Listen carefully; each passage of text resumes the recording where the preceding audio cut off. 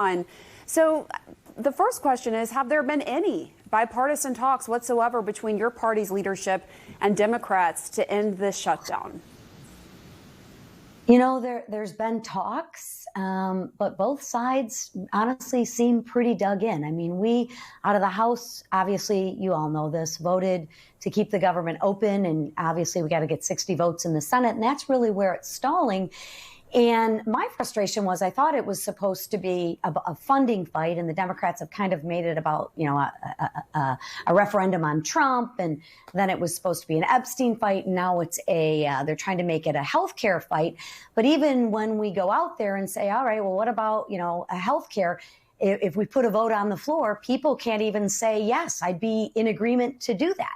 It seems like what's happening right now is the Democrats want certainty of outcomes, which in a democratic process, you can't get certainty of outcomes. So what I say is, let's open the government and let's have all the talks and negotiations that we need to have in a democratic fashion, as opposed to, you know, 4 people getting together in a back room and getting some backroom deals. Let's have government work how it's supposed to work. What would you be willing to put on the floor for a vote on health care? As you mentioned, those subsidies go up, I believe, starting November 1st on health care. Democrats say that is their big sticking point. They want a deal done on that. What would you be willing to do on that front right now?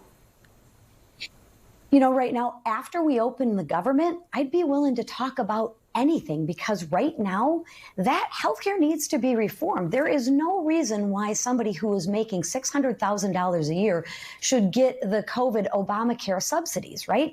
That doesn't make sense. So obviously there's some issues that need to be fixed, but we got to open the government first, and then we can talk about fixing them. Not to mention everything else that we have going. And there's a lot, right? So clearly, yes, Republicans, yourself included, you're criticizing Democrats for this shutdown. In any shutdown, there are these messaging wars, right?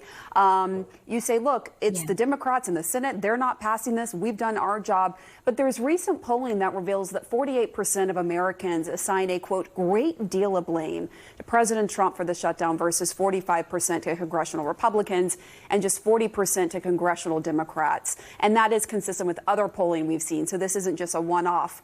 Why do you think that is? I think people don't understand that a CR, or continuing resolution, should never be used to advocate for more government wasteful spending. And that's exactly what's happening. And I think they don't understand that when we passed this CR, we didn't put any gimmicks in there. No games, no gimmicks. And what I mean by that is typically the party in charge of the CR puts a lot of their pet projects, partisan projects, and then they use it as negotiation tool. We didn't do that. We said no games, no gimmicks. Let's govern how government should work. And I think that's a very key, important piece that people are really missing, that isn't getting covered, that I think needs to get covered. So listen, nobody wants the government to be shut down. It's not good for the American people. That's why Republicans in the House did their job, and in the Senate, and voted to keep the government open. So if you look at the facts, the Democrats right now are the ones that are standing in the way of opening up the government. But it's the perception of the American people we're talking about here. And as this shutdown drags on, Republicans and the White House say that they're laying off thousands of federal workers, and that's necessary because of the impact that the shutdown is having on federal spending. But at the same time, President Trump announced a $20 billion bailout to Argentina last week during the shutdown. That's money, of course, from U.S. taxpayers for a foreign country. So what do you say to Americans who are looking at that and saying, wait, how does that square? Yeah, well, what I would say to those Americans is please call your Democratic senators and tell them to stop being obstructionists and vote yes to open the government. Number one. Number two is, as you see, the president is making deals around the world, and that's not exactly a bailout. It's more of a loan. So it's not just free money that we're giving away, which is very different than administrations in the past. So if you truly are concerned about this, what I say is let's get the government open, and I implore you to call your Democratic senators and tell them don't be held hostage by the crazy Marxist wing of your Democratic Party. Let's get back to governing how democracy should actually work. And that's why Republicans, both in the House and the Senate, are voting yes to open the government, and Democrats are standing in the way. But you can see the laying off of these federal workers is a choice. It is not something that is necessary because of the shutdown. It's a choice. Well, the choice is whether the government is open or not. And right. Clearly, if you ask the president, much like all the other Republicans, we would prefer the government. Well, if I could finish, the firing of these employees or the laying off or the furloughs, the president's having to make some really difficult decisions, of which the Democrats put him in, right? So I don't understand, if they think he's this king, why would they cede all of the power to the executive branch, right? That's exactly what's happening right now. And I applaud the president for making these difficult decisions that, if the Democrats really cared about the American people and the people that are getting furloughed, they'd open the government, and the president wouldn't have all this authority to do so. But remember, it's not Republicans that put him in that position. It's the Democrats that are voting no and giving him all that authority. You brought up the No Kings rallies. We saw some of those protesters. We've seen videos. These are rallies across the country. And they were speaking out on many issues that they say threaten democracy. Before them, you called them the Hate America rallies. Do you really believe that the approximately 7 million attendees who participated this weekend, according to the organizers, hate the United States of America?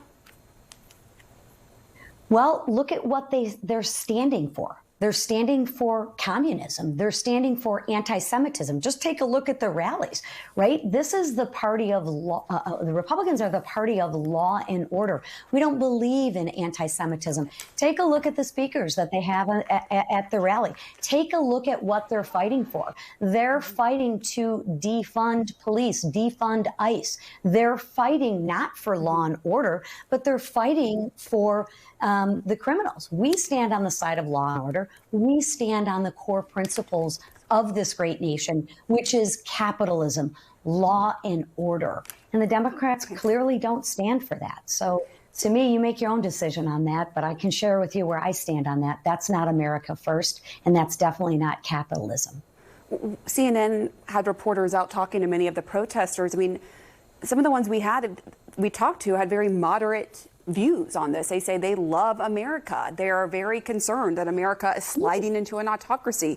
They look at prosecutions of the president's critics, limits on press access in the Pentagon, the push to put the National Guard in American cities. And to these protesters, that concerns them. Are you willing to consider their point of view here? Well, of course, I consider all point of views. I'm wondering where they were when Biden was in office and the Supreme Court ruled on, hey, we're not going to pay off student loans. And then Biden said, I know the Supreme Court said that, but we're going to do it anywhere. Were they speaking out against Biden during that time? No, I don't think so. And as it pertains to the National Guard, let's just take a look at that for a minute. You talk about law and order, take a look at Chicago. I would think the city of Chicago would be welcoming President Trump's help. They want to talk about over 330 murders in the city of Chicago already year to date. We haven't even had 300 days in the year. Clearly, that city has some help, needs some help. Why wouldn't you stand on the side of law and order and on the side of ICE agents? And if you can't clean up your own city, why wouldn't you welcome the help?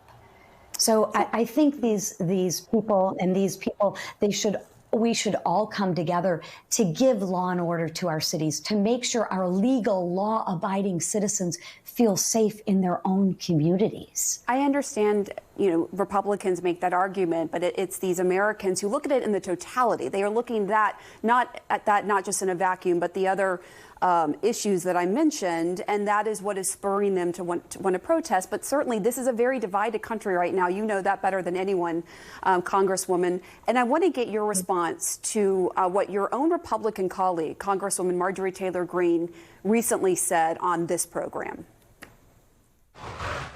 And on that note, are you concerned about the cost of living? Are you, Very. That the President Trump said he would lower? The inflation crushed people in the past 4.5 years, and the costs have not come down.